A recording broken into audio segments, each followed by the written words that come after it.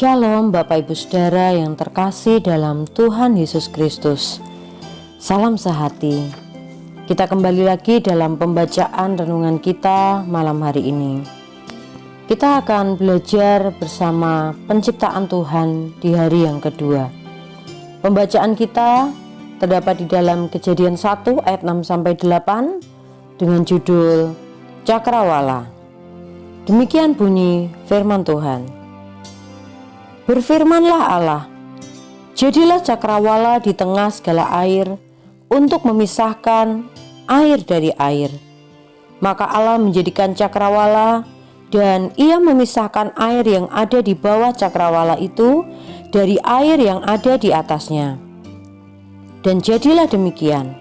Lalu Allah menamai cakrawala itu langit. Jadilah petang dan jadilah pagi. Itulah hari kedua. Amin. Dalam bahasa Ibrani, istilah cakrawala memiliki arti ruang.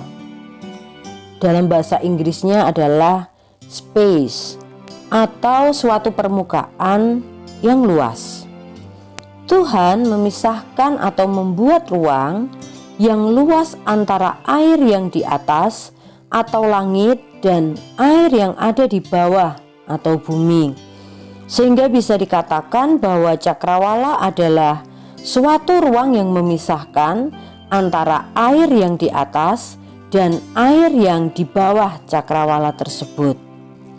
Seorang teolog bernama Dr. Henry M. Morris mengatakan, air-air yang berada di bawahnya disebut hamparan samudra, dan air-air yang ada di atas terlihat menjadi uap air, supaya dapat dipisahkan dari material-material yang lebih berat dan terangkat di atas atmosfer, yang juga dapat berfungsi sebagai pelindung kehidupan di bawah atau di bumi. Cakrawala yang terbentuk dari uap air itu bersifat tembus cahaya, air atau uap yang begitu luas dan mengelilingi bumi.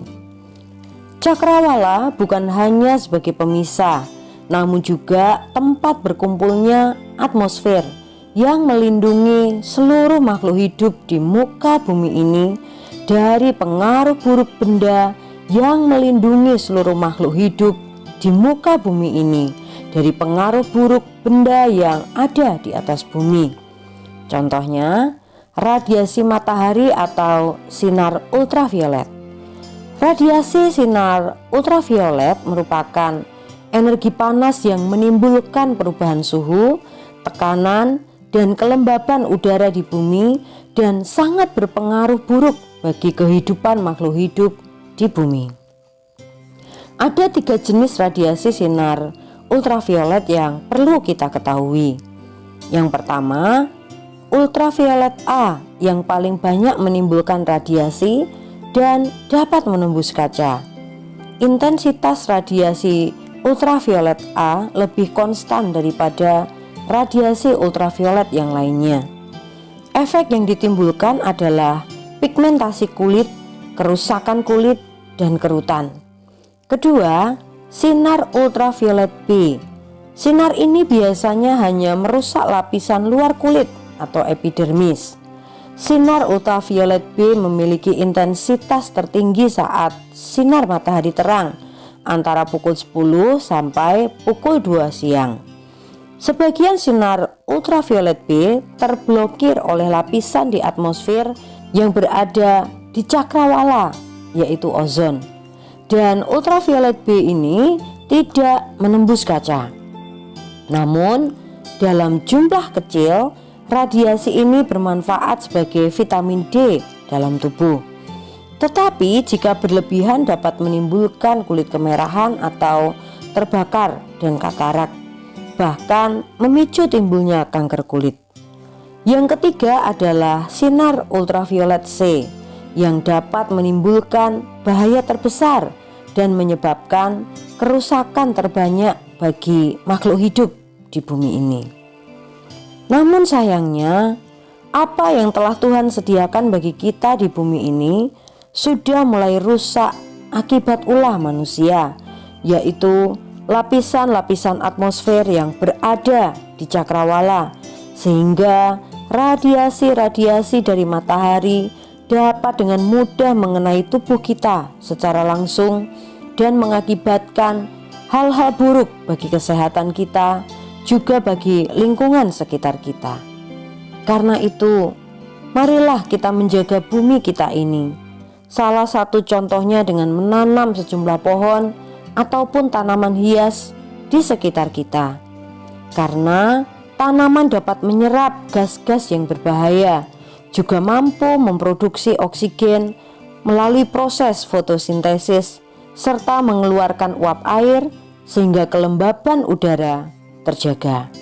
Bertindaklah bijak bagi bumi kita ini, sebab apa yang kita lakukan sekarang bagi bumi akan berdampak pada keturunan kita nanti. Tuhan memberkati. Demikianlah pembacaan renungan kita malam hari ini. Kita akan akhiri di dalam doa. Mari kita berdoa. Bapa, terima kasih untuk cakrawala yang sudah Engkau ciptakan bagi kami. Engkau begitu luar biasa dengan memberikan pelindung dari radiasi-radiasi sinar matahari. Akan tetapi Tuhan, manusia telah merusak lapisan ozon di cakrawala, sehingga manusia sendiri yang mengalami akibat buruk daripada radiasi sinar matahari. Namun Tuhan, mampukanlah kami untuk peduli terhadap bumi yang Kau anugerahkan bagi kami ini, dan agar kami dapat bertindak tepat untuk menjaganya. Tuhan, jadikanlah kami manusia-manusia yang bijak, manusia-manusia yang mampu memelihara ciptaan-Mu yang indah ini. Berkati seluruh umat-umat-Mu malam hari ini. Situasi dan kondisi bangsa kami yang sedang dalam kondisi yang tidak baik, kiranya Tuhan akan memberkati. Tuhan pun juga akan turun tangan memberkati negara kami. Shalom Tuhan, damai Tuhan kiranya tinggal atas negeri kami. Dan berikan kami tidur yang nyenyak malam hari ini, sehingga esok hari kami semua boleh bangun dengan tubuh yang sehat, untuk kami boleh memuliakan nama Tuhan. Terima kasih ya Tuhan.